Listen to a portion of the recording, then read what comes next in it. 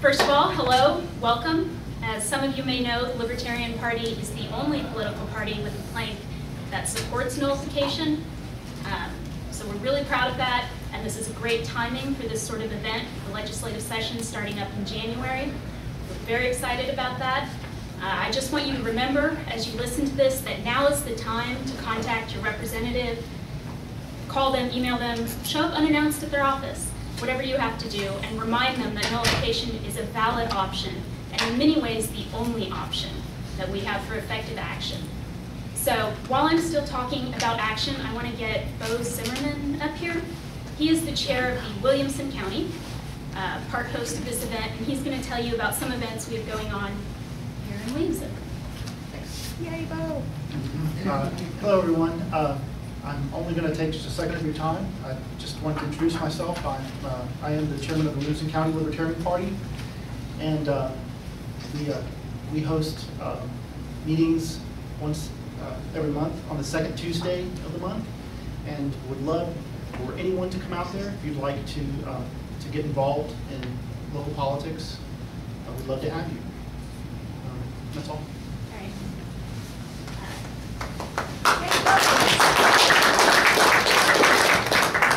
For those of you who are coming from Austin, I'm the chair of the Travis County Libertarian Party, and we also would love to have you.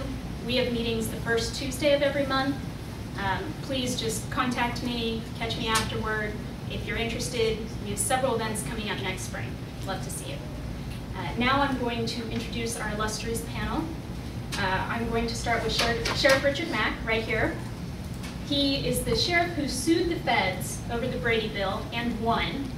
He's also the founder of the Constitutional Sheriff and Peace Officer Association, and a very well-known speaker on how sheriffs are the last line of resort in defense of citizens against federal tyranny.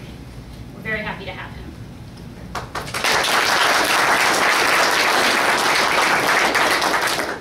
Next is Kathie Glass, who I'm sure many of you are familiar with. She was the 2010 Libertarian nominee for governor. She ran an excellent campaign. She has stayed just as active, or more so, ever since. She's on the State Libertarian Executive Committee, where she's chair of the political committee. She's also the chair of the Harris County Libertarian Party. So we're happy to have her as well.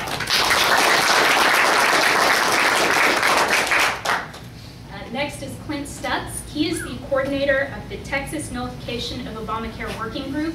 He's getting some fabulous work done, really very action-oriented. We're very happy to have his expertise here tonight.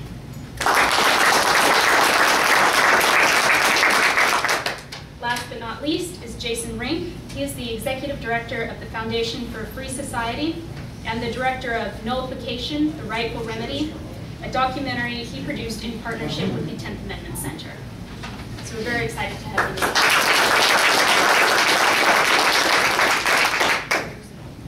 Let me tell you about the format for tonight. It is supposed to be a loosely moderated conversation. So for the first thing we'll do is give each speaker 2 minutes to answer the opening question, which I'll present at the very end, but which does involve nullification, oddly enough. So they'll get 2 minutes to do that, and then we'll have 35 minutes of open conversation amongst them. 30 minutes into that 35, I'll give you a 5-minute warning, just so you know, start wrapping it up. After that, we'll do another 2 minutes for each person so that you have a chance to say anything you feel didn't get said. From where I'm positioned, it's kind of hard for you to see me. I am going to give you, for whoever's speaking, a warning at the 20-second mark. That'll be a flashing something like this, and then when you get down to 0, I'll start pushing you off the stage like this. So that's good. Then after that 35 minutes of discussion, we'll move to audience participation, where you get to ask questions. And I'll go over that when we get to it. So the first part, 2 minutes each, we'll start with Sheriff Mack, is in response to this question. What should we nullify in Texas, and how do we go about it? What is the best method for making nullification happen now in Texas? What should we nullify in Texas? That's kind of like after the Revolutionary War, when the Founding Fathers got together to decide on the Bill of Rights. They said, okay, how many rights do you want to declare that the government can never touch?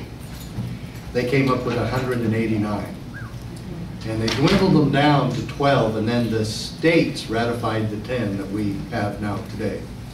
I would say that's a pretty good way to start. Nullify everything that violates the Bill of Rights.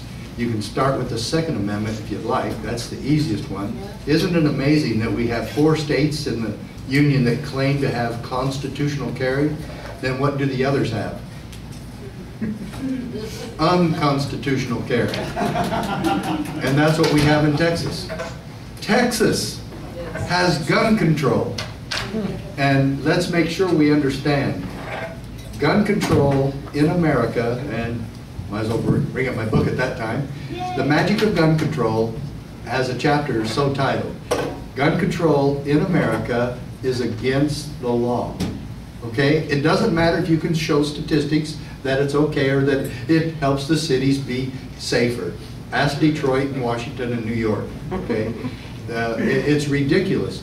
But then I would say the first place to start, though, is with the easy one, and that's gun control, and then start going through the Bill of Rights and start nullifying the heck out of all of them that do not coincide with what the founders' intent was when they developed the Bill of Rights. All right. Well, of course, this is a target-rich environment. You can almost shoot your shotgun anywhere and hit something that was unconstitutional, but you do have to pick your battles and plan your strategies. And I think that go for the heavies. I don't think we have much choice but to try to nullify Obamacare, and I'm not going to steal Clint's thunder. I call it Obama tax now because there's no care in it. And Justice Roberts has made it clear it is a tax. But there's so many ways that that can be nullified, but this is the thing we need to know, and I want to stress tonight, that nullification is not just words on paper.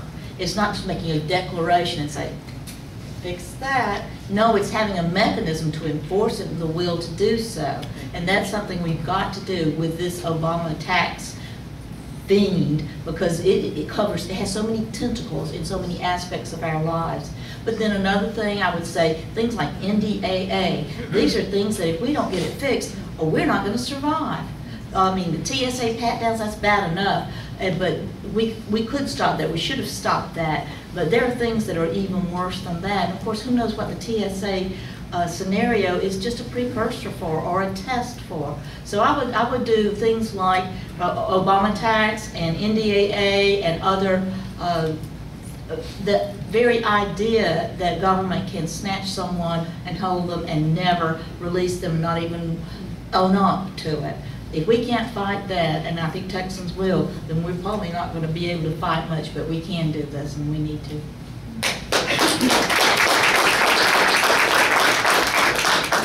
Well, oddly enough, I'm going to copy off my neighbor here. Of course, Obama tax is at the top of my list, and really very close behind that is the TSA. But I chose Obamacare to target because that is the one issue you can build a pretty wide coalition against. If you're going to start a nullification movement and get people on board, just mentioning Obamacare in the same sentence with nullification gets them interested. I went to a 9/12 project meeting back, I think 3 Mondays ago, and there was about 150 people in the room. And at that point, there was a lot of talk about secession. That had just really gotten into a fever pitch in the news, and I got an email from someone who was who was on the board of that group there, and she said, first of all, we have to address the idea of secession, that it may not be the solution right now, because there's a lot of people in our group that are really latching onto that. And so in my presentation, I said, okay, secession is, I believe, something that any free independent state can pursue, but I don't think it's the answer right now. And through my presentation, I convinced pretty much the whole crowd that nullification is the way to go, that we got to get on this now, and that we have an out-of-control federal government that doesn't see any limit to its power because we don't fight back.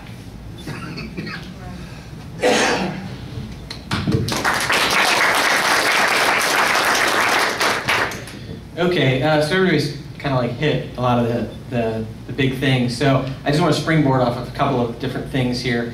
Number one, when people are asking me what we should nullify prior to the election. I said, well, it would depend on who came into office, because what I believed would happen was that if Barack Obama was reelected, that Obamacare would become a rich target for nullification, because you would have sort of the popularity, the reaction against Obama. If Romney would have gotten elected, I think there would have been an opportunity possibly to go after something like NDAA, because the left tends to then become anti-war again, and they care about civil liberties again, that they forget about when their guy's in office.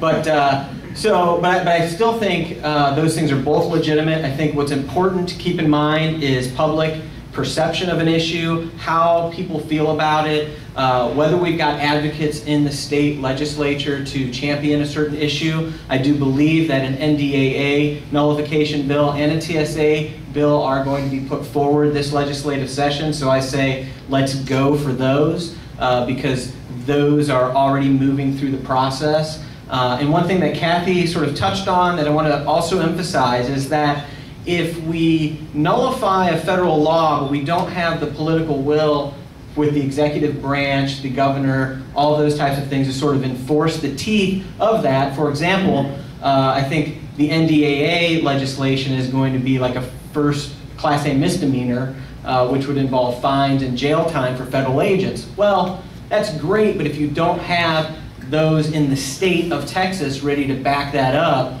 then that nullification just gets nullified by the fact that it can't be enforced. So I think that's very important. And those are what I would focus on in Texas, is TSA, NDAA, and Obamacare. But I think the most important issue nationally, as far as nullification is concerned, is marijuana decriminalization. And unfortunately, I don't think that's as likely to happen as Texas as in some other states, but we can try. And I think there are some plans to try for that as well this legislative session. All right, now we'll go to the loose conversation, and just for the sake of having some sort of structure, let's start again back down here and see where it takes us. Sheriff Mack? Okay, I would say Jason just hit something that really reminded me of my other book.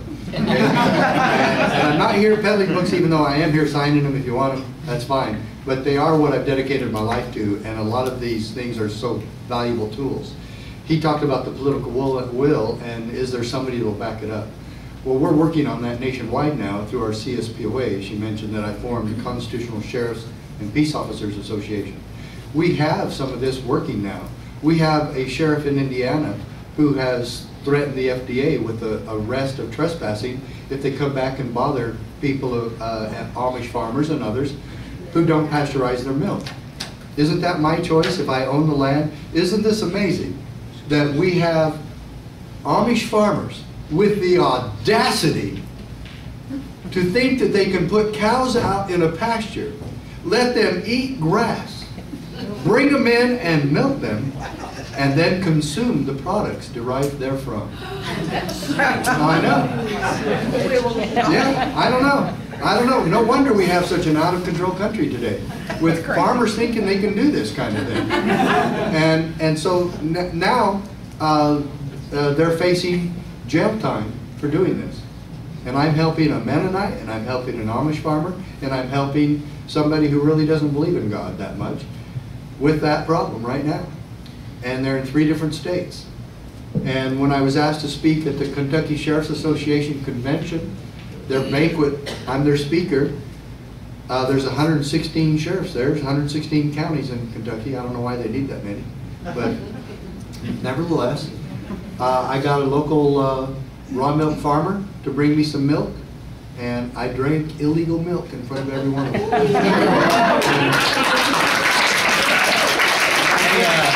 Sheriff Mack, I just wanted to springboard off of that raw milk. You know, me and some friends of mine, I used to be in Ohio 2.5 years ago, so don't hold that against me. I came to greener pastures down here. But we used to joke in like 2007, 2008 that raw milk should become like the signature issue. We sort of were kidding about it, but really, the more asinine the law is, the more easily it is to show that, wait a minute, isn't this ridiculous that the federal government is telling us whether or not we can consume raw milk? I think a lot of people really resonate when you are able to isolate these asinine sort of innocuous laws that, you know, tend to affect our liberty, also the more personal the law is. Right. So the more invasive it is to the average person. And I think that's really important as well as we're talking about how do we frame and how do we talk about issues and how do we actually go about nullifying it, is making sure that we're not making just intellectual arguments. The TSA is a great issue because why? It's patting down our daughters, our wives, our children, and our husbands, you know, I mean, it's a, you know, whatever. And it's very personal. And so I think those are important things to keep in mind. Well, getting groped is always a personal thing. But we have some, what I want you to know though, is we have sheriffs now that have declared that if you complain, if you give them a legitimate complaint, so you're probably going to need to film it when you get groped, that they'll investigate it. Not where they're saying, like Texas, I think the way it was worded maybe a little bit inappropriately, that they're just going to be arrested. No, you investigate it. A law cannot declare you're going to be arrested, but you can guarantee that it gets investigated and then turned over to the proper authority. I want to talk about how fast things have moved, how fast things are changing, and that's continuing to escalate. When I first started talking about this, it was maybe academic, but extreme. And of course, secession was considered extreme too, and not something people talked about in most conversations. But now, it's however extreme you want to say nullification is, or risky, it's not nearly as risky as doing nothing, which is a certainty that we're going to continue to go down the tubes and lose our liberty to an oppressive government. So that's something to compare. The risk of doing something. I mean, Winston Churchill said there are 4 stages in a fight for the right. Abbreviate all that. First is when you can win, it won't cost you anything. Second is when it'll cost you a lot, but you'll probably win. Third is it'll cost you a whole lot, and the chances are you may not win. Fourth is it'll cost you everything you've got, and you're going to lose, but you'd rather go down fighting than live as a slave. Well, I don't know where we are, but after this election, I'm saying we're probably in stage 3, and that's enough. We don't need to deteriorate any further because that's where we need to stand and fight. So whatever the risk, we say, ooh, you mean you're going to go head to head with the federal agents? Yeah, tell me an alternative. Tell me something else you could do. It's a peaceful process. It's a peaceful process. It starts out peaceful. I recognize that it can turn otherwise, Yeah. but we're entirely justified in continuing that defense, even if it turns to something other than peaceful. And I tell my secessionist friends this. By the way, is Larry Cecile Kilgore here? I'm surprised. See, follow me everywhere in my campaign. And by the way, I've changed my name. It's a Kathie Nullified Glass. But I tell my secessionist friends that if you think that you can more easily secede than you can return to constitutional government, you're dangerously wrong. And at least we ought to try this first and see if it works and then consider alternatives later, because I think this is the best option, the best chances of being successful if we stick together and just do it. Could we actually hear, oh, I was going to say, Clint Stutz, he has a piece I wanted of solution. to briefly go back to the marijuana issue that Jason brought up. You know, there's this meme going around Facebook where it has this, you know, big, heavy-set cop, and it says, at the top it says, if you smoke marijuana, it'll ruin your life. So if I catch you smoking marijuana, I'm going to throw you in jail and ruin your life.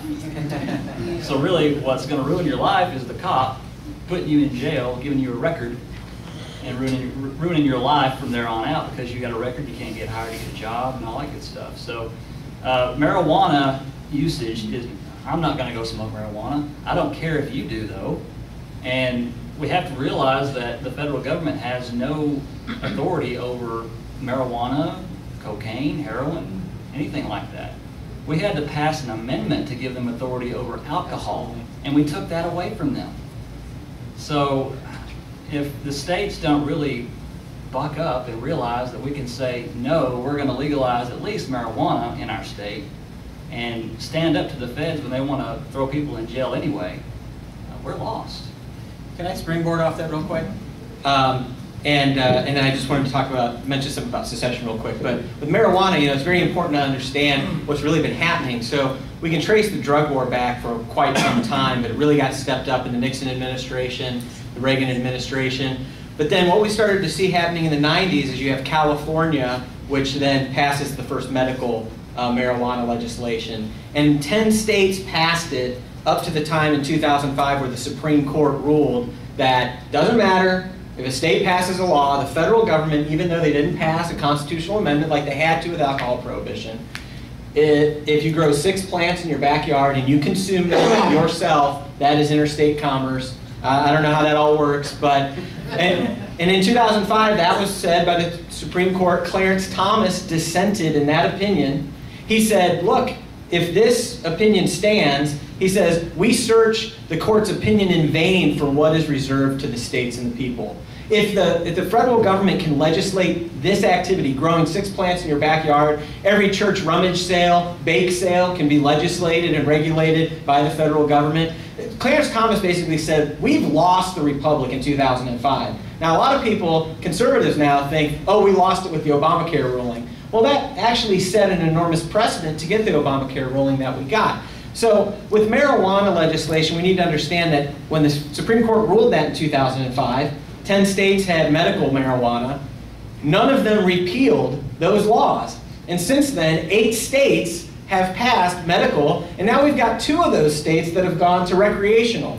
So I believe that the fortress wall has a large hole in it in the drug war, and I think it's a generational reality that it's going to fall. The second thing that I want to say is about secession, and just with what Kathie said, is that we have a great opportunity, because I got emails from people who were going to vote for Mitt Romney, were proud of it, and then 3 days later after he lost, talked about they signed a secession petition. And I'm like, these people are severely misguided if they thought the government was going to get so good under Romney that they weren't going to need to secede, And so what we need to understand is, even here in Texas, when the TSA legislation was put forward, what happened? The federal government said, we're going to turn Texas into a no-fly zone, and Rick Perry and all of his cronies peed their pants, and all the people who didn't have a backbone, and they backed down. Yep. So anybody in their right mind, and Texas is one of the only states where you see secede bumper stickers all over the place, and yet it's not individuals that secede from the union. Right. This would require acts of the state legislature and a convention and these different types of things. We're so far away from that reality when the TSA can get shut down by a threat from the feds that we have an opportunity to show people, look, secession is not a reality, and secession is surrender. It is removing yourself from the equation. The federal government can continue to run over all the rights of the states that remain in the union. Nullification is the accountability. It's us saying, no, you go no further. So we've just got to, we have an opportunity to turn people onto this idea. They're sort of skipping a step, and we want to make sure that we can capitalize on that.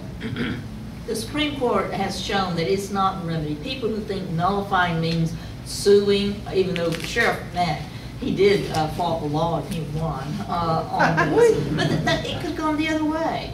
And that's not the avenue. Greg Abbott thinks he can sue our way back to liberty. And he wins some and loses some, and then when he loses, he just says, oh, well, that's it, I did my best, there's nothing else that can be done. And our new incoming senator, Ted Cruz, I know for a fact, he thinks nullification is trying to go to the Supreme Court and convince them that you should be able to do this, and he thinks they're the final word. Well, they're not. The Supreme Court is a entity, an institution that can opine on the constitutionality of laws, but they're not the only one and they're not the final one. If I had to say one person who's been more destructive in America than any other person, I would say Antonin Scalia, because he knows the Constitution. And he has time after time in the race case and in the marijuana case and all others, he has done things he has to know are unconstitutional and are going to destroy the Constitution. But he has put the prestige of his institution, time and time again, above his oath to the Constitution and the country. And I think that's something that I would love to be able to tell him. When you see what's going to happen, what's coming, you can blame yourself as much as any person alive, because you could have stopped it. Well, and Kathie said a lot of true things there. And I would absolutely say now, in 1994, when I was a small town sheriff in Arizona, I sued the Clinton administration. And miraculously, I lived to tell about it. But I would not sue again. I really wish at the time I saw some sort of alternative. But if there had even been one other sheriff who had contacted me and one other in Arizona who would have said, yeah, we're with you, Mack. Let's just tell them no. And wouldn't it have been fun if we only have 15 sheriffs in Arizona and 12 of us were at the meeting when the BATF brought us our document that said we had to go along with the Brady Bill and what we had to do to comply with federal laws. And if we would have just got together and say, hey, you guys want to have some fun here? Why don't we just sign these documents they sent it and then tell them, sorry, we're not doing the Brady Bill in Arizona, and send it back to Washington and tell those BATF agents to come back in here and tell them to take this back to Janet Reno and Bill Clinton and Congress, and then let's let them all know, and let the, of course the press would have been all over it too the next day, and we just tell them, hey, we don't work for the federal government, they're not our boss, they can't tell us what to do. They literally told us in the Brady Bill, first time in US history, that they came in and said, you're going to do what we tell you, you're going to pay for it, and if you don't, we're going to arrest you for failure to comply. They threatened to arrest us in this bill. I don't make any of it up. It's in this little booklet that's on the back table. This little booklet is the highlight of my Supreme Court decision. Would you like local officials to know? And I handed this personally to Abbott. Handed it to him. He said he was already familiar with it. Well, wouldn't you like to know, Attorney A.G. Abbott, wouldn't you like to know that the United States Supreme Court said that we have held, however, that state legislatures are not subject to federal direction? We're not subject to federal direction, okay? The federal government, we held, may not compel the states to enact or administer a federal regulatory program. Wow, and it gets bigger and better. Then he says, hence, a double security arises to the rights of the people. What's the double security? That we have state sovereignty standing against the federal government. In fact, he compares state sovereignty, he says in here, he says it's one of the Constitution's structural protections of liberty. Not if we don't use it. What do you think that means? It says we retain an inviolable sovereignty. Texas is inviolably sovereign. And let me add just one other thing. He says, hence a double security arises to the rights of the people. State sovereignty is not here to protect the geographical boundaries of Texas, even though they're supposed to protect the border. State sovereignty is here to protect the sovereignty of the individual, okay? And then he goes on, the different governments will control each other. We're a different government. We're supposed to be controlling the others. That is, my dear friends, nullification. And I, as a former undercover narcotics officer, I never thought I would say this, but 10 years ago, my total view of the drug war started to change big time. And I'm sorry, but absolutely, the drug war is the biggest farce there ever was. And if you think you want 700,000 cops in this country hell-bent on knowing what's in your pocket or what's in your glove compartment or what's in your chest of drawers at home, then you're as crazy as they are. I don't want that. I don't smoke pot. I'm not going to smoke it whether it's legal or not. But those laws against it are ridiculous and they're tyrannical.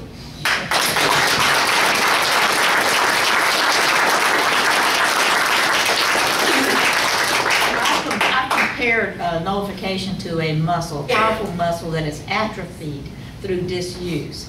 So since we've not been used to doing this, it's sort of a problem. It could be that now we have to do it, and we have to do it on big things. I was hoping a couple of years ago that we could start out on some things and just get used to this, exercise that muscle, get it built up so that we had this structure and we were familiar with it. People wouldn't think it's that shocking. And I question whether we really have that luxury really to get in shape for the big events that are coming.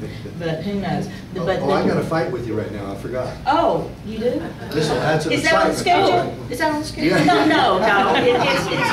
That's 5 minutes. Guess who wrote the decision in my case? Scalia. Antonin Scalia. He got it right once. Now, he's actually been right before, but she's also right. He's, but anyway, he did good on this one. Okay, well, I guess somebody got to him because he certainly changed. But the balance of power that the Constitution envisioned was not through the 3 branches of government in Washington, D.C., and that we all learned about as school children. No, the essential balance of power was between the state governments and the federal governments. The states was what was supposed to keep the federal governments in line, and the states fell down. And of course, nature abhors a vacuum, and Washington abhors anything it can't control. So they just rushed in and they've taken it all over. And how do you just get this unwound? Well, I don't know, but we start with where we can and work from there. Because I don't see anything else in the horizon that's going to make a difference. Unless we're just determined or resigned to just go down and say, well, you know, America, that's a nice idea while it lasted. Now what are we going to do? No, there is no other place to go on earth. This is our last stand. This is freedom's last stand. And if we can't turn this thing around here, there's no place to run in the whole world, in mankind, and freedom as a concept. Will be lost. So that's the stakes here. And I'm sorry if I seem insistent and patient, but that's the way I see it. The stakes are just that huge, and we have very little time to actually get our act together. I was just going to add, we were talking at dinner, the 2 most important elections, they're not in Washington, people. It's your sheriff and your governor. Exactly. Well, you were talking about Greg Abbott, who is probably going to run for governor. My wife and I were at the Texas Tribune Fest back in September, and I sat through the Health and Human Services track all day long. And he was the first person on the schedule, and he spent 45 minutes telling us how he sued the government against the Obamacare bill. And he was telling us why he did it, and he was telling us why the decision was bad when it came down, and that was all good. Then we had a Q&A session, and the guy in front of me asked a question that I could not have thought of if I had tried, but it was ingenious. And he was obviously a liberal Democrat. He got up there and he said, Mr. Attorney General, so you don't like Obamacare, we get that, but do you think that Medicare and Social Security are unconstitutional as well? Different. And Abbott said, oh, I believe they're constitutional under the tax and spend clause, which is the general welfare clause, which is what justified Obamacare. What an idiot. So, how do we win with a guy like that if he's going to be our governor? And with the money he's got, he's probably going to win. So, that is definitely a very important election. We had a really good chance in 2010 to put either this nice lady in there or Deborah Medina, but we failed. And we got stuck with Rick Perry again. But y'all, it is important. Your county sheriff is highly important. Your governor is highly important. And I mean, it's not looking good in the governor race. So I agree with Clint that the governor is an important position. I mean, you need people all areas of government, local government, Texas government, that's on board with this.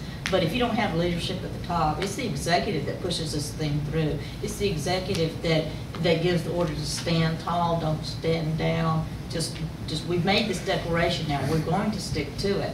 And without that leadership, then you're scattered and you're just left to the leadership abilities of various people. So that's exactly why I chose to run for governor, because I saw that as being the vacuum where we have to fill that, because I mean, we'll still do what we can in a scattered world, but... I thought you were going to say, I agree with Clint. I should have won governor. Mr. Green, do you have anything to add? Well, I guess the point of something that Sheriff Mack was talking about how the Supreme Court did get it right in that case, and the Supreme Court maybe has gotten it right a number of times or whatever, but that's really beside the point, because what we really need to really talk about and think about is it conceivable that the Founding Fathers would have fought a revolution, written a constitution, enumerated certain powers, and taken the time to actually put the Bill of Rights together, and then they would have turned that over, and in the Bill of Rights put the 9th and the 10th Amendment, which is essentially the safeguards of state sovereignty and individual sovereignty, and then they would have turned that over to the federal government and said, now go limit yourself, And if there's any question about constitutionality, we'll leave it up to one unelected lawyer in a black robe. I mean, when we really look at that structurally, it is completely opposed to the concept of federalism, opposed to the Declaration of Independence. And the Declaration of Independence is like the philosophy of the country, and then the Constitution is like the owner's handbook on how to run things, you know? And so the spirit of this nation is in nullification.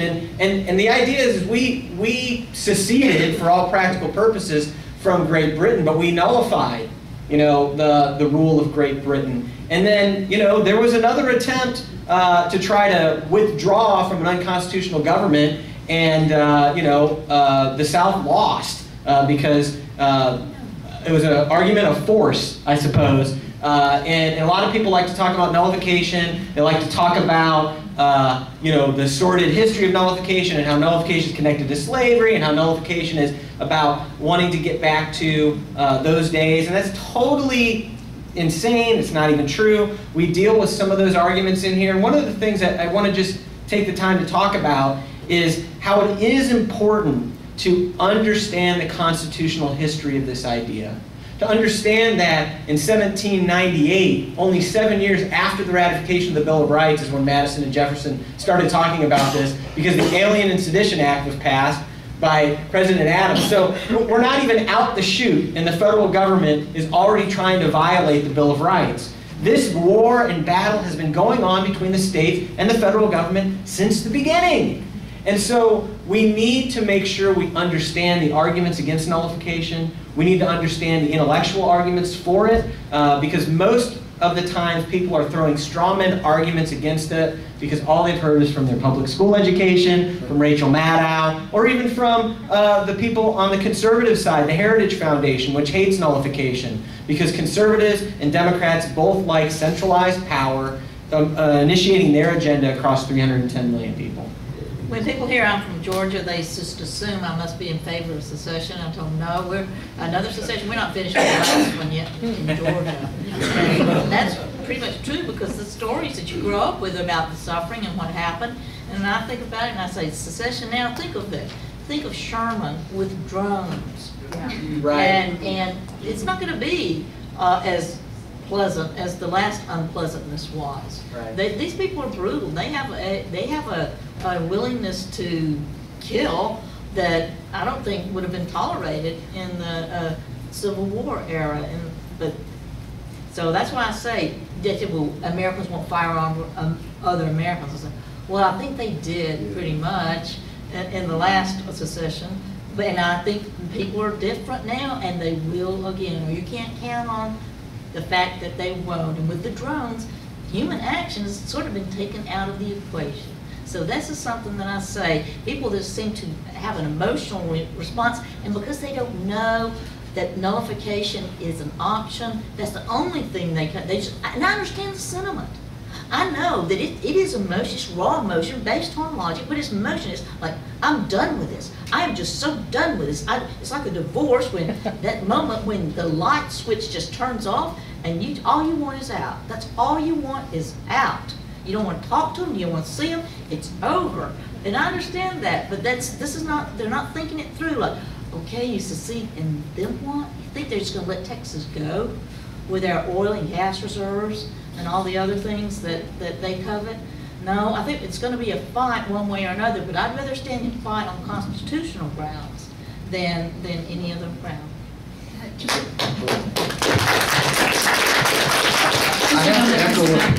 Just a moment. I just want to tell you all we have 5 minutes left to open conversation. I have to say, though, that I totally agree with Jason. The founders did not create a system after fighting a war to stay away from everything that now our government is doing. And to think that they established a 9-member oligarchy saying, right, you get to say what freedom is and what liberty is for every individual in the country. And you know what we're dealing now with is creating sheriffs who actually would say, where the Supreme Court has totally blown it, like you mentioned, they do all the time. And so, for instance, if you say, well, tell Roberts to come out here and enforce what he said then. But you know what? He doesn't run this county. And as long as I'm the sheriff of this county, the IRS is not going to come in and force people to comply with Obamacare idiocies. And I've announced publicly that I will never take Obamacare or do anything close to it, so that when time comes, if the IRS tries to plunder my bank account or anything else from me, I'm not going to comply, and I'm not going to pay any fines for it, and I expect that my sheriff would defend me.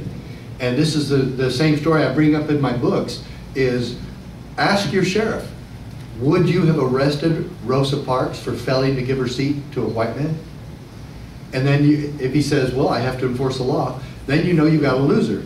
But if he says, no, I wouldn't have, and I would have escorted her home safely, then why won't you do the same today? It's the same exact principle. And you want to use that story and that historical aspect of American civil disobedience a lot. It's peaceful and it's effective, and it's something that we really start paying attention to. You know, I wanted to say, just on that, I've got a good friend named Jim Babko who runs an organization called Downsize DC. They're a great organization. He says every political debate comes down to you and what army. And we do talk about how the federal government does have the guns and the force and everything. But you know what? They're also broke. They also are living on borrowed time. And they also can't enforce their unconstitutional laws and mandates without the cooperation of the law enforcement officials at the state level. So that's why some of these more nonviolent issues, like marijuana, is a really great issue to nullify. Because are they going to turn the tanks on the pot smokers? Well, they might, okay? I'm not going to put it past them, but that seems like it's going a little bit far. And so what we're doing, and what we're seeing in these states, and what we're seeing in Seattle, is that the feds have stood down so far. Barack Obama has used the Department of Justice and the IRS to wage the war on medical marijuana more than George Bush did. But the point is that to a certain degree, these states are saying, okay, let's see you try it. I mean, in Denver, there was more dispensaries than Starbucks in 2011, okay? When you start getting into the sheer numbers, the federal government's going to have to play whack-a-mole with these dispensaries. It's not going to work. And so that's why I think, you know, what Sheriff Mack's talking about, what Stuart Rhodes of Oath Keepers talks about getting the police and military and veterans on the side of the people, very important, because it allows us to get to basically call the federal government's bluff and say, look, we're going to smoke pot. Why don't you come and stop us?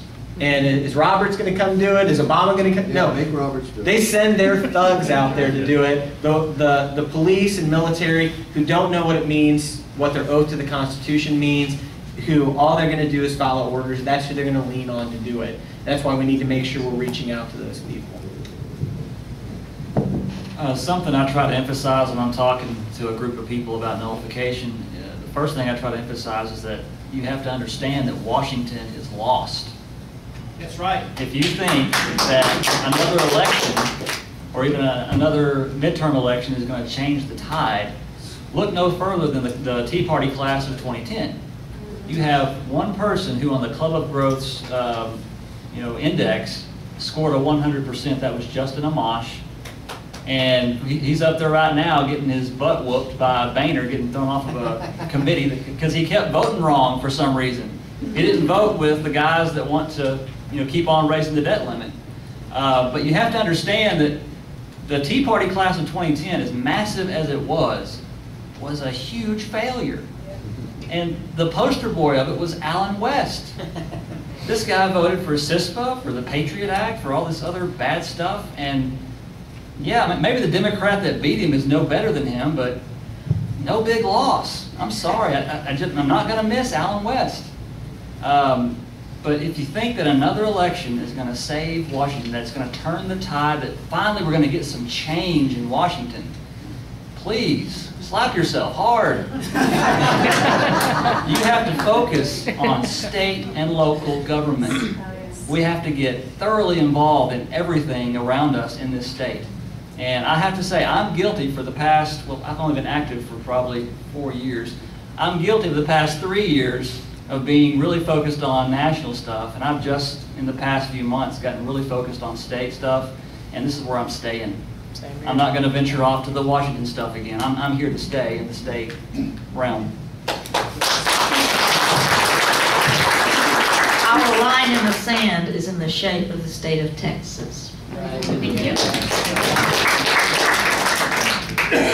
All right, that ends the open conversation segment. At this point, we'll give each participant another 2 minutes to cover anything you feel was missed. So, all right, I will start with Mr. Rink. I guess I just want to say that, and I'm not just doing this to promote my film, but I think it's important. The most important thing that I wanted to try to do with this film was have a way for people to learn about the concept of decentralized government. See, we're talking about nullification, we're talking about all these things, but we've got to shift people's mindset to local and state control over things that are very personal in their lives. We've got to do everything we can to get people to stop looking to Washington, D.C. to fix the problem. I mean, I think it was George Washington who said, you know, once all power is centralized in Washington, D.C., you know, we're looking to them for everything, we've lost the revolution all over again. We fought it for nothing. And so anything we can do to get our neighbors and our friends and people in our sphere of influence to start thinking about what decentralized power really means, how our lives would be so much better if government was decentralized and closer to us. One of the things I like to talk to people about is that when the Constitution was ratified, the average federal representative represented 30 to 50,000 individuals. Now it's like 500,000. So look at the difference in representation. That's actually closer to what the representation is on our state government. And so it's much more easy to turn the tide there. The other thing I like to talk about is how when NDAA was passed, within 4 months, I think there was 10 or 12 states who were already gearing up to try to nullify it in some way, shape, or form. When's the last time you saw a bad federal law get changed, or even start to get changed within 4 months back to the good, or get it repealed? No, it takes forever to get anything done on the federal level, if it gets done.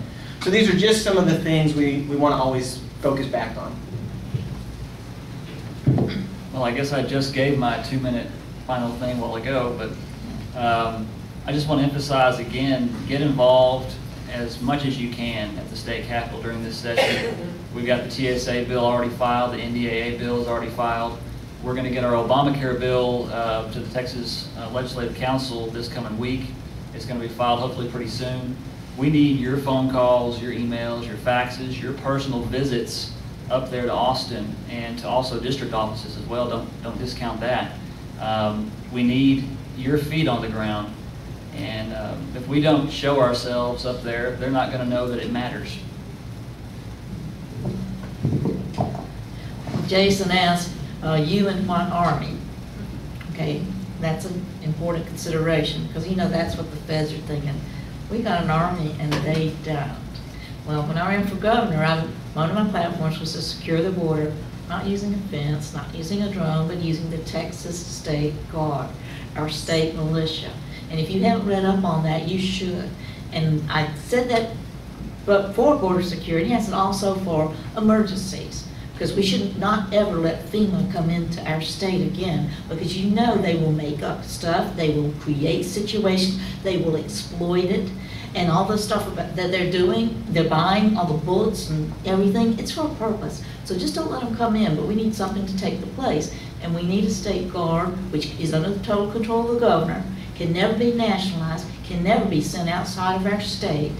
We need a force like that, made of citizens, because they're not full-time, they just get called up. You know, they do maneuvers, they get training, they go to their jobs, and then they get called up. The way militia used to work. And to be there for whatever defense of the state of Texas we need. And that's our Army.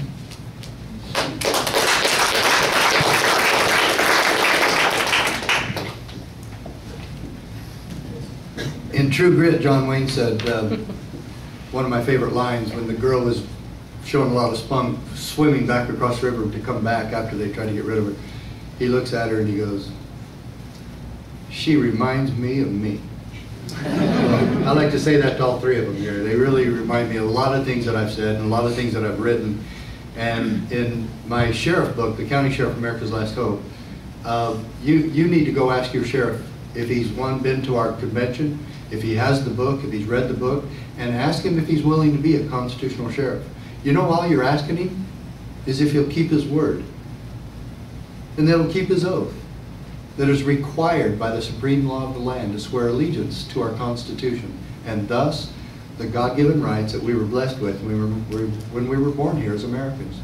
The very first page of the book, I quote Jefferson, and he asks, "When all government shall be drawn to Washington as the center of all power, it will render powerless the checks provided and become as venal and oppressive as the government from which we separated."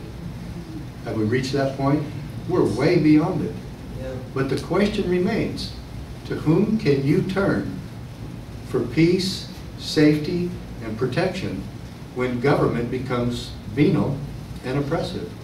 If not the very individual in your state, or in your county, even better, in your own home area, to the very public official that you paid and you hired, who promised you in God's name that he would uphold, defend, and protect your Constitution.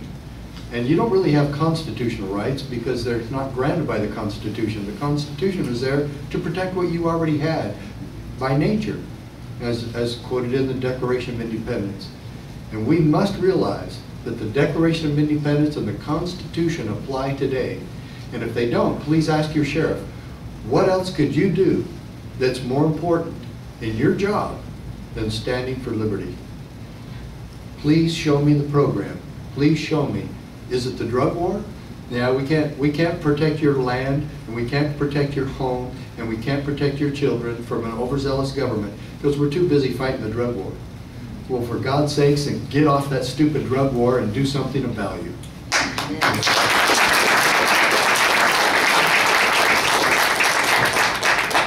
All right, it looks like we have about 40 minutes for questions from the audience. A few ground rules first. Please stand up, introduce yourself, list any affiliations you have, and ask a question. Please don't preface it. Please don't, share about a book you've written and give us an encyclopedia. We're all very knowledgeable people, so please give us a question and tell us if it's to one member of the panel or to all of them. So, who's first? Kurt? Hi, my name is Kurt Goldbrand from Hayes County. I just want to thank everybody on the panel for this fantastic conversation. This is my preface, I'm sorry. That's okay.